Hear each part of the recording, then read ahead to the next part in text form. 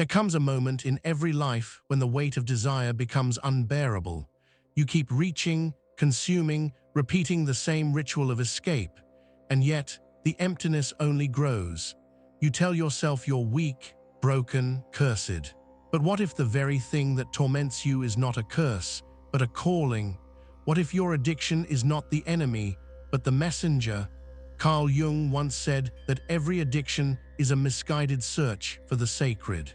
He saw what most refused to see, that addiction is not merely a chemical habit or moral defect, but a spiritual event. Beneath every craving lies a question that has haunted the human soul since the beginning of time. Who am I, and what am I truly longing for? Every drink, every hit, every obsessive thought is an attempt to touch something beyond yourself. You don't want the substance. You want the silence it promises. You want to dissolve the ache of separation, the distance between who you are and who you feel you should be. That hunger you call addiction is a sacred language, and God speaks through it. Jung noticed that those who fall deepest into compulsion often carry the brightest fire. They are not ordinary souls. They are people who feel too deeply, who sense realities others can't name, who cannot be satisfied by the small comforts of the world. Ordinary pleasures do not quiet them. Their longing is cosmic, a hunger for the infinite clothed in human form.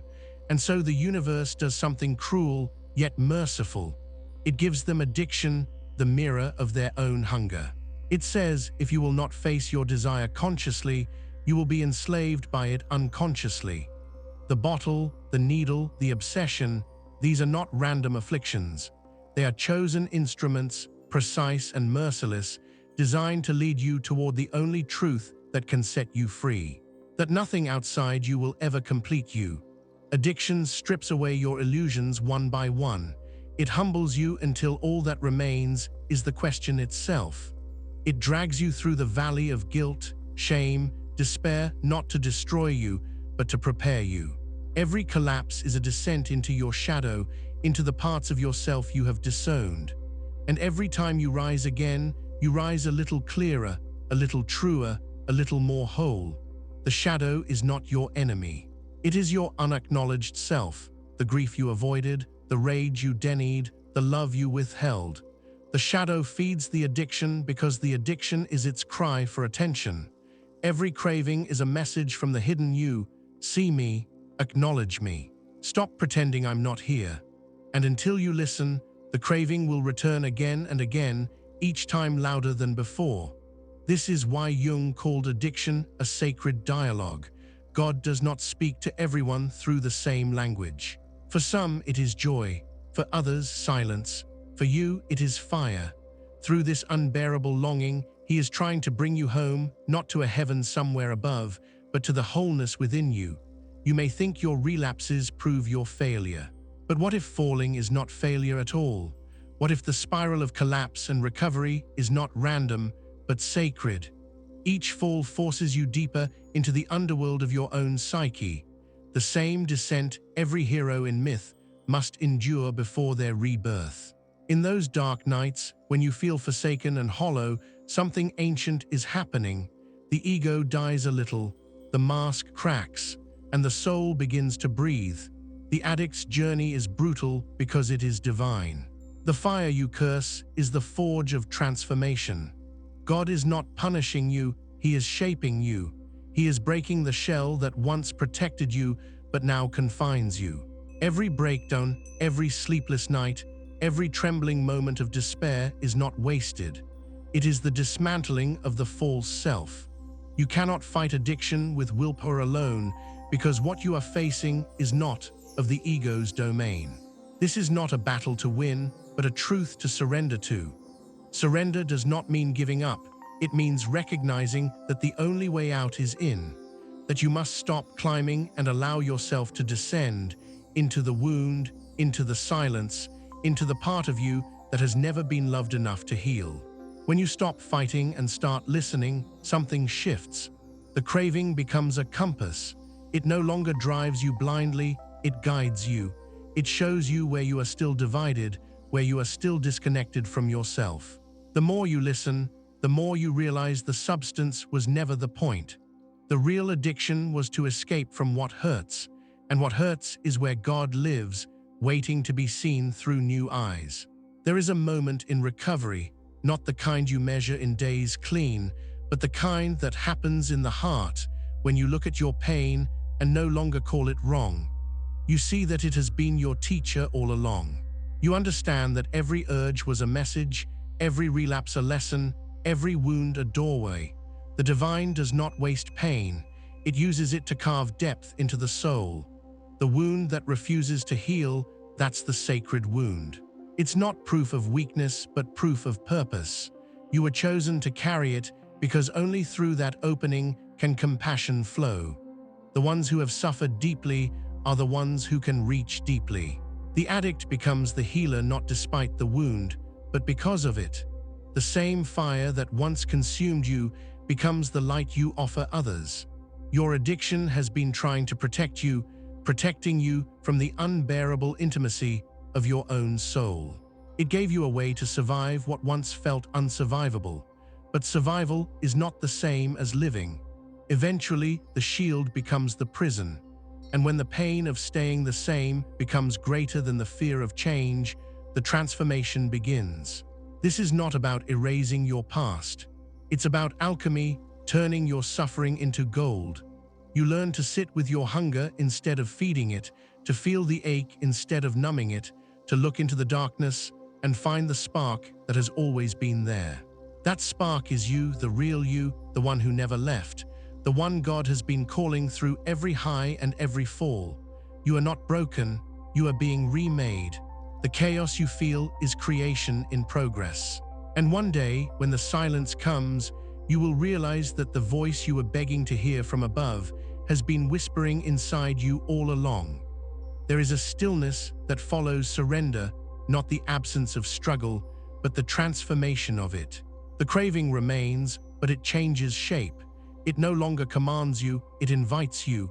It says, there is something here you still need to learn. And instead of running, you listen. In that listening, something profound occurs. You begin to sense that what you've called addiction was never about substances or behaviors at all. It was about separation, the illusion that you are cut off from the source of life. The drink, the high, the thrill were all attempts to dissolve that illusion. And when they fail, as they always do, the failure itself becomes the revelation, because it forces you to look for connection where it truly exists, within. This is the turning point Jung described, when the craving becomes consciousness, when the fire that once devoured you begins to illuminate you, when what once felt like punishment becomes prayer. You start to see beauty in the breakdowns, wisdom in the wounds, grace in the shadows. You realize that everything you tried to avoid was trying to bring you back to yourself. The shadow you feared now becomes your guide. It shows you the truths you were too afraid to see, your suppressed rage, your hidden tenderness, your unspoken love. You learn that darkness is not the opposite of light, but its cradle. It's the place where light is born. To be whole, you must embrace both. Integration is not perfection, it's honesty.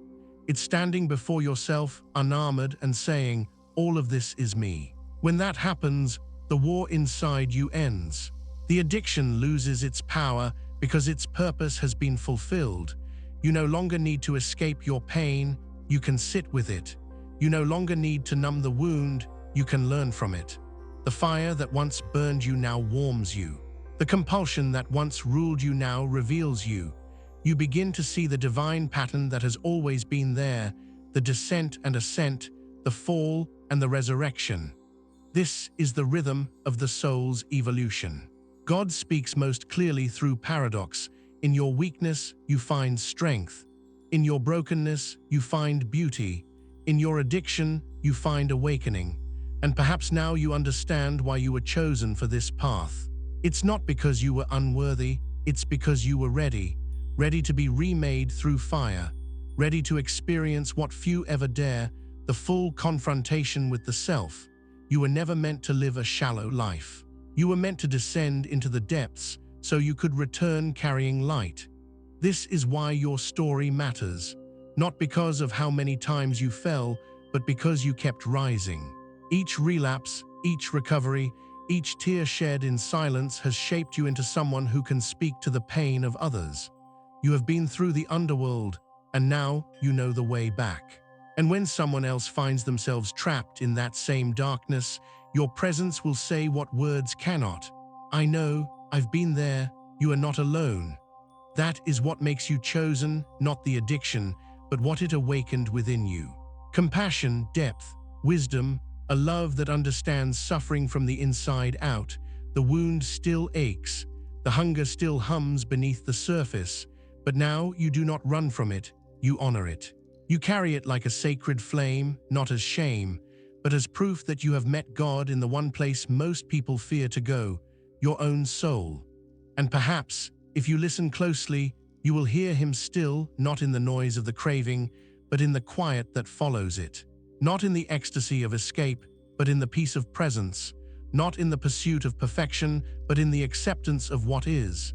Every fall was a conversation.